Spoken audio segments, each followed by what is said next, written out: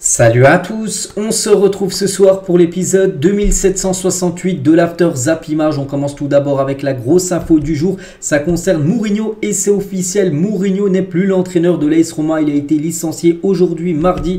Donc Mourinho et l'AS Roma c'est fini, le technicien portugais quitte le club avec effet immédiat après plus de 122 matchs en tant que coach de cette équipe.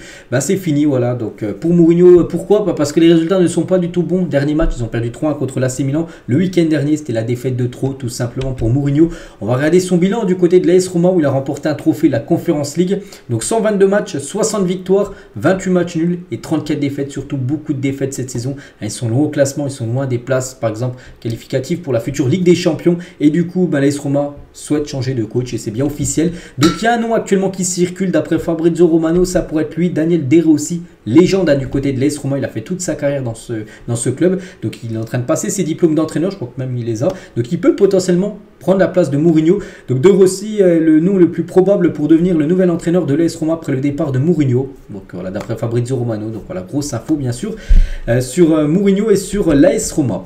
On va parler de la Juventus Turin est ouverte à un départ de Moskin cet hiver. Donc les Turunois sont prêts à laisser partir l'attaquant italien de 23 ans à n'importe quelle formule. Si le prix convient, que ça soit un transfert sec, que ça soit un prêt avec option d'achat, pas d'option d'achat, peu importe. Mais voilà, il devrait bien être vendu ou prêté, peu importe. Donc préférence pour l'étranger côté joueur, voilà, d'après Fabrizio Romano. Donc voilà, Moskin a des chances de le voir ailleurs que la Juventus Turin pour cette deuxième partie de saison. On va parler aussi de ce joueur pisté depuis le début du mercato hivernal par l'équipe de Lyon, et David Carmo ne signera pas à Lyon. Pourquoi? Le FC Porto demande un montant trop important pour libérer son défenseur recruté à prix d'or l'été dernier, 25 millions d'euros. Donc le joueur file vers l'Olympiakos. Lyon a d'ores et déjà activé d'autres pistes. Donc voilà, ce joueur du coup n'ira pas à Lyon mais plutôt en Grèce, et du coup Lyon veut un défenseur central et du coup ils vont essayer de chercher un autre profil d'un autre joueur qui pourrait débarquer du côté du club. Tiens, toujours avec Lyon, ils ont demandé aussi des explications à la direction de l'arbitrage français. Le directeur des arbitres déclare que les deux situations litigieuses du Havre contre Lyon sont propres. Donc voilà, parce que Lyon, on sait qu'ils ont pris 2 cartons rouges. Enfin, O'Brien et c'est qui Caleta, ils ont pris 2 rouges. Et Lyon, en gros, ils demandent des explications comment ils ont pu prendre 2 rouges sur seulement 4 fautes qu'ils ont pu faire lors de la rencontre.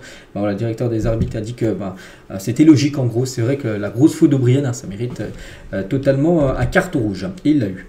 Franck Kessié, tiens, joueur de la Côte d'Ivoire, il a dit: je n'ai pas peur de beaucoup courir. Mes coéquipiers me demandent comment fais-tu. Je réponds que c'est naturel pour moi. Je gagne beaucoup trop d'argent pour ne pas transpirer sur le terrain. En Afrique, il y a des gens qui marchent 20 km chaque matin juste pour un morceau de pain. Donc lui, bien sûr, c'est son métier d'être footballeur. Et voilà, il se plaint pas du tout, bien sûr. Il dit que c'est pour ça qu'il court beaucoup, parce qu'il sait qu'il a une vie très privilégiée. Vu qu'il est riche, bien sûr, vu qu'il est footballeur, il est connu. Donc c'est pour ça qu'il donne énormément sur le terrain. Bien sûr, le milieu. Franck Kessié. Tiens, en parlant de la CAN, vu que là, on a parlé un petit peu de la Côte d'Ivoire avec Franck Kessié. N'oubliez pas qu'ils ont commencé parfaitement, bien sûr, cette CAN avec une victoire 2-0. C'était lors du match d'ouverture samedi dernier. Donc le programme aujourd'hui, un petit rappel, Burkina Faso, Mauritanie. Donc le match là en train de se jouer au fini, peu importe quand vous regardez la vidéo. Donc à 18 h, la Tunisie, Namibie, et ce soir le Mali contre l'Afrique du Sud. On parlera bien sûr de ces 3 rencontres dans l'épisode demain, mais sur ma chaîne bien sûr principale.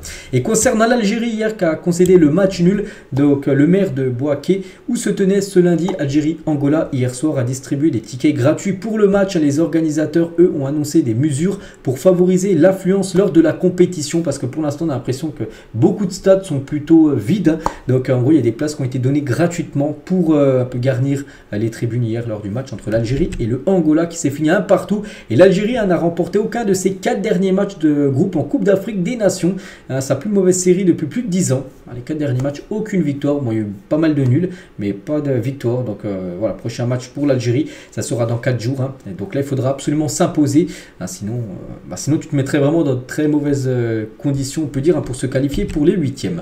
Le Barça apprécie beaucoup Mikel Arteta pour prendre la succession de Xavi en cas de départ de ce dernier, parce qu'on sait que Xavi, même si Laporta pour l'instant compte encore sur lui, on sait qu'à tout moment il peut être licencié. Xavi, par exemple, là, le Barça joue après-demain contre une D3 espagnole. Si imaginez, il y a élimination, c'est jamais, c'est de la coupe, tout peut arriver. Donc là, je pense que Xavi, ça sera fini. Ils ont déjà son remplaçant Arteta. Bon, après, est-ce qu'Arteta veut quitter Arsenal ou ça se passe plutôt bien pour lui pour aller à Barcelone? Je ne sais pas. Après, voilà, il est espagnol. Peut-être il a envie de... si le Barça tape à sa porte, ça peut peut-être le faire réfléchir. On verra. Mais voilà, Arteta est un entraîneur ciblé, on peut dire, du côté du Barça pour remplacer Xavi. Le Stade Brestois en est à 7 victoires lors de ses 8 derniers matchs, toutes compétitions confondues. Hein.